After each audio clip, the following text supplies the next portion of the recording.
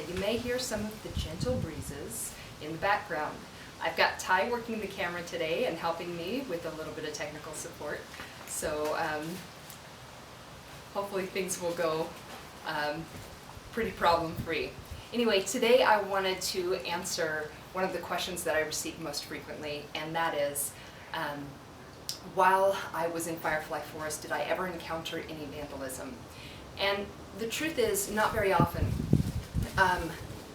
There were a couple instances that are worthy of mentioning, and today I'd like to talk about the Bandits, which is what I lovingly referred to this group of boys who, for a period of time, took a very enthusiastic interest in the Red Door.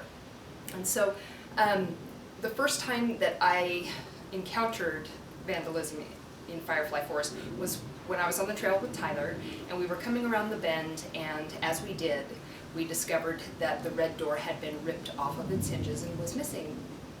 And Tyler was really upset by this.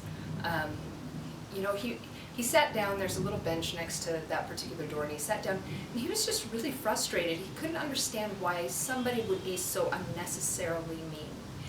And while it was frustrating, of course, it became a really good opportunity for us to just sit and talk about and reflect how many people had encountered this door, how many people had experienced it in a very positive way, in a very loving way, actually, compared to the one instance that we had now, that we were now experiencing as very negative. And so it was just a reminder, it was an opportunity for us to really talk about, look, there are a lot of things that happen in the world that feel very negative and very disconcerting, but the truth is, there are so many more good things that are occurring as well. It's just easier to focus on the bad things because they're upsetting. So we went about our day, and we talked about, okay, well, what are we going to do? Of course, we're going to replace the door. And so we did, and we did it pretty quickly. And then the door just went on, in much the same way. But maybe a few months after that, I can't remember how much time passed, but a few months after that, their interest was renewed, and what they started to do was pull the door off, multiple times a week.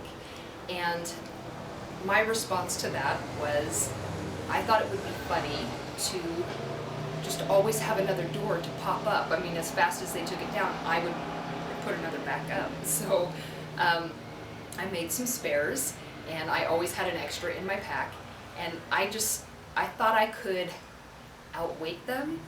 But as many of you know, adolescent boys are a very determined group of individuals, and the truth is, of course, they were going to outweigh me. And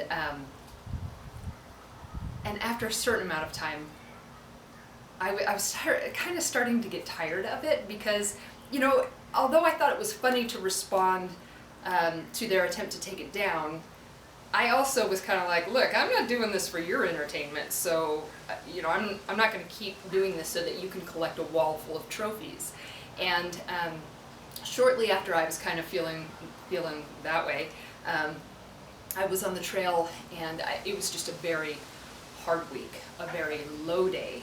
And as I came around the corner, the door had been, well, they had tried to rip it off. So also one of the things I did is each time I replaced a door, I was developing a system that maybe would make it more difficult for them to get the doors.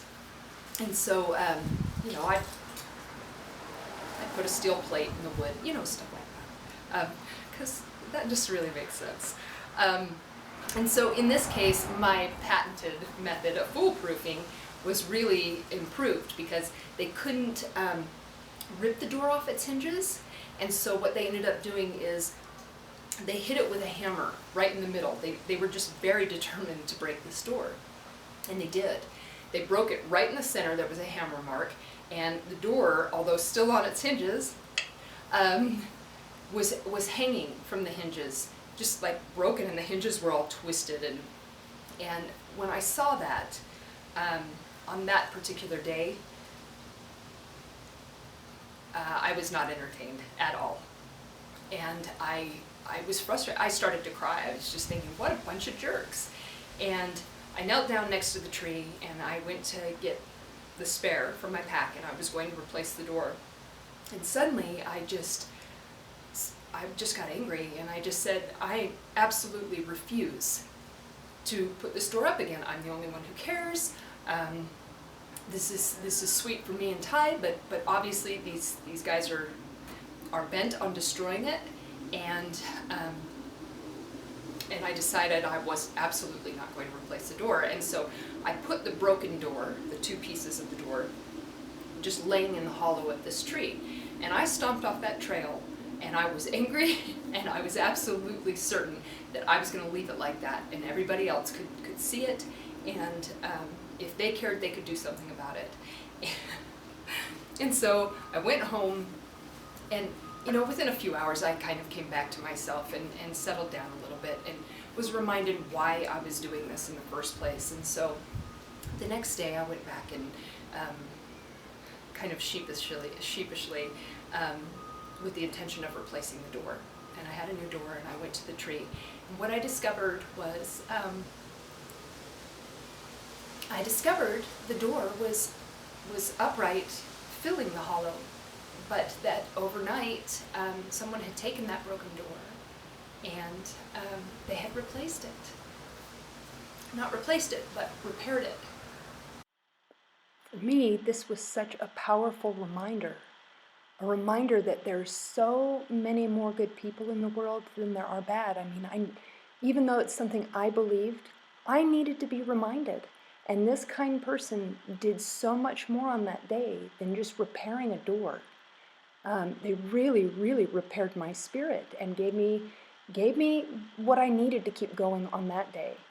Now, as for my bandits, I tried so hard to enlist their help, and that would have been a dream, but unfortunately I never did get them to respond. And while we continued to have some experiences together, the more important part of the story is how healing, how affirming, how enriching the entire experience was for me personally. And everything else on top of that was just a gift.